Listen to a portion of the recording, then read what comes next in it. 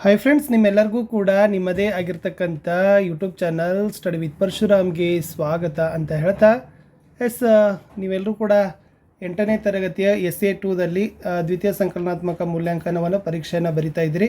So ನಾವು DSCRT ಅವರು marks release ಮಾಡಿರ್ತಕ್ಕಂಥ ವೇಟೇಜ್ ಆಧಾರದ ಮೇಲೆ ನಿಮ್ಮ ಪರೀಕ್ಷೆ ಬಂದುಬಿಟ್ಟು 26/3/2026ಕ್ಕೆ ನಡೀತಾ ಇದೆ. ಅದು ಬಂದುಬಿಟ್ಟು ಗುರುವಾರ. ಓಕೆ, ಸೊ ಏನೊಂದು ರಿಲೀಸ್ ಮಾಡಿದಾರಲ್ಲ ಅಂಕ ಹಂಚಿಕೆ ಆಧಾರದ ಮೇಲೆ ನಾವೇ ಒಂದು ಪ್ರಶ್ನೆ ಪತ್ರಿಕೆನ ಪ್ರಿಪೇರ್ ಮಾಡಿದ್ದೀವಿ. ಅದನ್ನೇ ನಿಮ್ಮ ಜೊತೆ ಶೇರ್ ಮಾಡ್ತಾ ಇದ್ದೀನಿ. ವಿಡಿಯೋನ ಲೈಕ್, ಶೇರ್ ಮತ್ತು ಸಬ್ಸ್ಕ್ರೈಬ್ ಮಾಡೋದನ್ನು ಮಾತ್ರ ಮರೆಯದಿರಿ ಅಂತ ಹೇಳ್ತಾ ಈ ವಿಡಿಯೋವನ್ನು ಶುರು ಮಾಡೋಣ.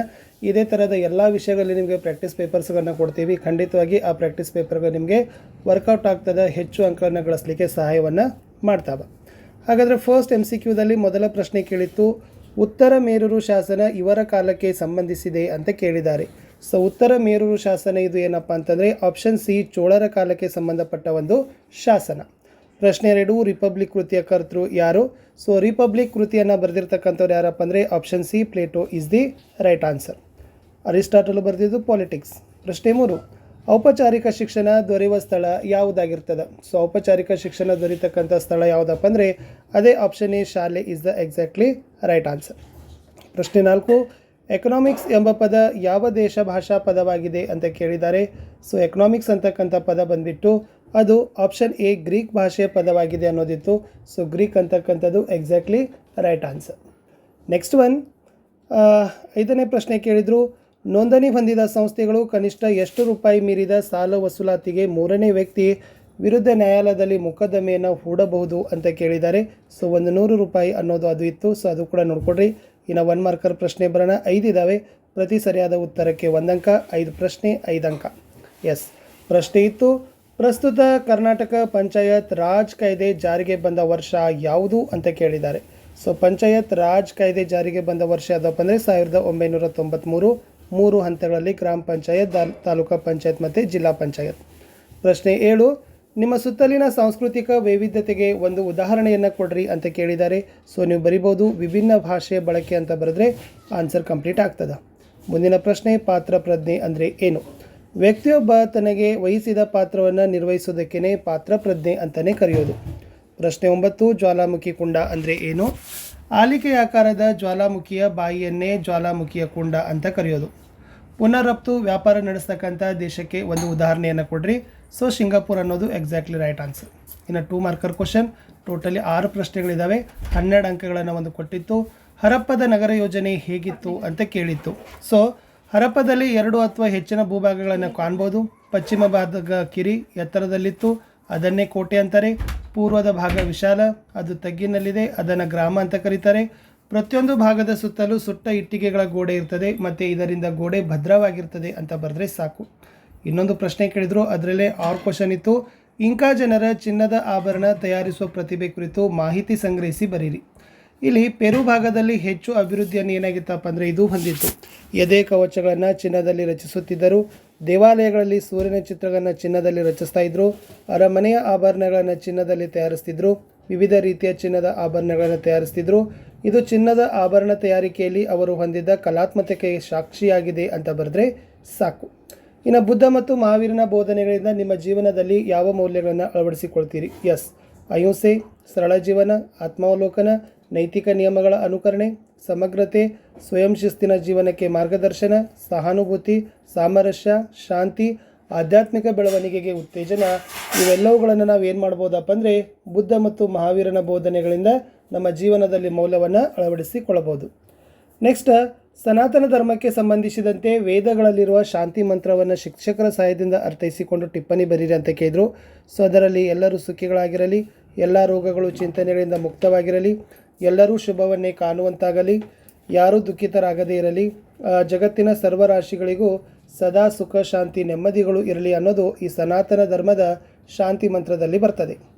ಇನ್ನು ಪೌರ ಮತ್ತು ವಿದೇಶಿಗಳ ನಡುವಿನ ವ್ಯತ್ಯಾಸ ತಿಳಿಸಿ ಅಂತಕ್ಕಂಥದ್ದು ಪ್ರಶ್ನೆ ಇತ್ತು.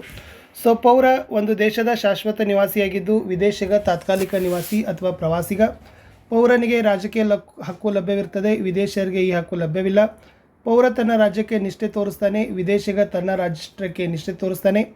ವಿದೇಶಿಗನಿಗೆ ಕಾನೂನು ಬಾಹಿರ ಚಟುವಟಿಕೆಯಿಂದ ದೇಶ ಬಿಟ್ಟು ಹೋಗುವಂತೆ ಆದೇಶಿಸಬಹುದು, ಆದರೆ ಪೌರನಿಗೆ ಈ ಆಜ್ಞೆ ಅನ್ವಯಿಸೋದಿಲ್ಲ ಅನ್ನೋದನ್ನು ನೀವು ಬರಿಬೋದು. ಸಮಾಜದ ವಿವಿಧ ಪ್ರಕಾರಗಳನ್ನು ಕೇಳಿದ್ದಾರೆ. ಎಸ್ ಬೇಟೆಯಾಡು ಮತ್ತು ಆಹಾರ ಸಂಗ್ರಹಿಸುವ ಸಮಾಜ, ಪಶುಪಾಲನಾ ಸಮಾಜ, ಕೃಷಿಕ ಸಮಾಜ, ಕೈಗಾರಿಕಾ ಸಮಾಜ ಈಸ್ ದಿ ಆನ್ಸರ್. ಇನ್ನು ಪ್ರಮುಖ 7 ಅಕ್ಷಾಂಶಗಳನ್ನೇ ಕೇಳಿದರು, ಅದನ್ನು ಕೂಡ ಸ್ವಲ್ಪ ನೋಡ್ಕೊಂಡು ಹೋಗಿ. 0 ಡಿಗ್ರಿ ಅಕ್ಷಾಂಶ ಸಮಭಾಜಕ ವೃತ್ತ, 23 ಡಿಗ್ರಿ 30 ಡಿಗ್ರಿ ಉತ್ತರ ಅಕ್ಷಾಂಶ ಕರ್ಕಾಟಕ ಸಂಕ್ರಾಂತಿ ವೃತ್ತ, ದಕ್ಷಿಣ ಅಕ್ಷಾಂಶ ಮಕರ ಸಂಕ್ರಾಂತಿ, ನೆಕ್ಸ್ಟ್ ಉತ್ತರ ಅಕ್ಷಾಂಶ ಆರ್ಕಾಟಿಕ್, ದಕ್ಷಿಣ ಅಕ್ಷಾಂಶ ಅಂಟಾರ್ಟಿಕಾ, ಉತ್ತರ ಧ್ರುವ, ದಕ್ಷಿಣ ಧ್ರುವ. ಸೊ ಇದನ್ನು ಸ್ವಲ್ಪ ಡಿಗ್ರಿ ಇತ್ತು, ಸೊ ಇದನ್ನು ಕೂಡ ಸ್ವಲ್ಪ ಪ್ರಾಕ್ಟೀಸ್ ಮಾಡ್ಕೊಂಡು ನೋಡ್ಕೊಡ್ರಿ, ಇದೇನಷ್ಟು ಇಂಪಾರ್ಟೆಂಟ್ ಅಲ್ಲ. ಇನ್ನು ಸಹಕಾರ ಸಂಘಗಳ ಸಾಮಾನ್ಯ ಲಕ್ಷಣಗಳನ್ನ ಕೇಳಿದರು. ಇದು ವ್ಯಕ್ತಿಗಳ ಸ್ವಯಂ ಪ್ರೇರಿತ ಸಂಸ್ಥೆ, ಯಾವುದೇ ಭೇದವಿರುವುದಿಲ್ಲ, ಎಲ್ಲರಿಗೂ ಮುಕ್ತ ಅವಕಾಶವಿರ್ತದೆ, ಸದಸ್ಯರ ಸಂಖ್ಯೆಗೆ ಮಿತಿ ಇಲ್ಲ, ಪ್ರಜಾಪ್ರಭುತ್ವದ ಮಾದರಿಯ ಆಡಳಿತ, ಎಷ್ಟೇ ಬಂಡವಾಳ ಹೂಡಿದ್ದರೂ ಒಂದೇ ಮತ ಚಲಾಯಿಸುವ ಹಕ್ಕಿರ್ತದೆ, ಸರ್ಕಾರದ ಮೇಲ್ವಿಚಾರಣೆಗೆ ಒಳಪಟ್ಟಿದೆ ಅಂತ ಬರೆದ್ರೆ ಸಾಕು. 3 ಮಾರ್ಕರ್ ಕ್ವಶನ್. ನಳಂದ ವಿಶ್ವವಿದ್ಯಾನಿಲಯದ ಬಗ್ಗೆ ಟಿಪ್ಪಣಿ ಬರೀರಿ ಅಂತ ಪ್ರಶ್ನೆ ಇತ್ತು. ಇದು ಗುಪ್ತದೊರೆ ನರಸಿಂಹಗುಪ್ತನಿಂದ ಪ್ರಾರಂಭವಾಗಿತ್ತು.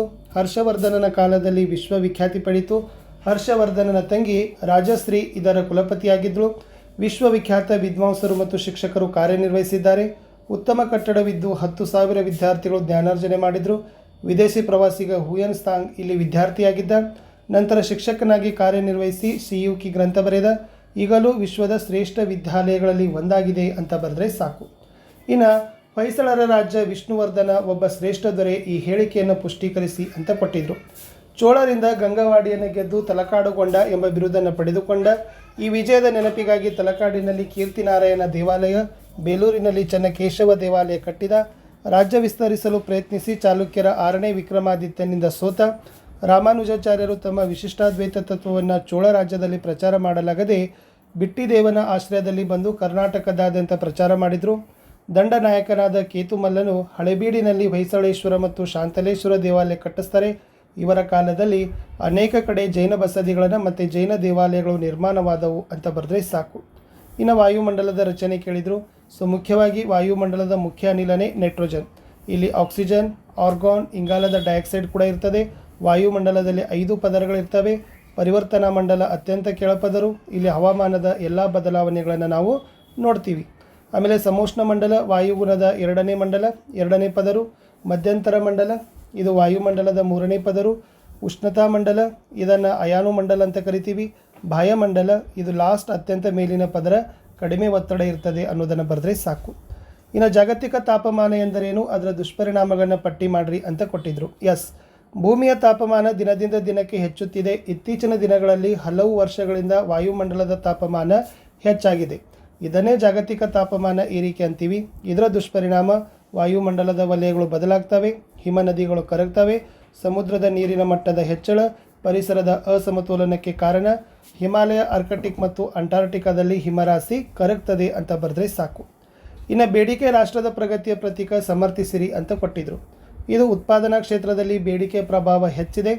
ಬೇಡಿಕೆ ಹೆಚ್ಚಾದಾಗ ಉತ್ಪಾದನೆ, ಉದ್ಯೋಗ, ವರಮಾನ ಪೂರೈಕೆ ಹೆಚ್ಚು, ಜನರ ಜೀವನ ಮಟ್ಟದ ಸುಧಾರಣೆ, ರಾಷ್ಟ್ರದ ವರಮಾನ ಹೆಚ್ಚಾಗಿ ರಾಷ್ಟ್ರ ಪ್ರಗತಿ ಹಾದಿಯಲ್ಲಿ ಮುಂದುವರಿತದೆ. ಬಟ್ ಬೇಡಿಕೆ ಕಡಿಮೆಯಾದಲ್ಲಿ ಉತ್ಪಾದನೆ ಕಡಿಮೆಯಾಗ್ತದೆ, ಆದಾಯ ಕಡಿಮೆ, ನಿರುದ್ಯೋಗದ ಹೆಚ್ಚಳ, ರಾಷ್ಟ್ರದ ಪ್ರಗತಿ ಕುಸಿತದ, ಬೇಡಿಕೆ ರಾಷ್ಟ್ರದ ಪ್ರಗತಿಯ ಪ್ರತೀಕವಾಗಿದೆ ಅಂತ ಬರೆದ್ರೆ ಸಾಕು.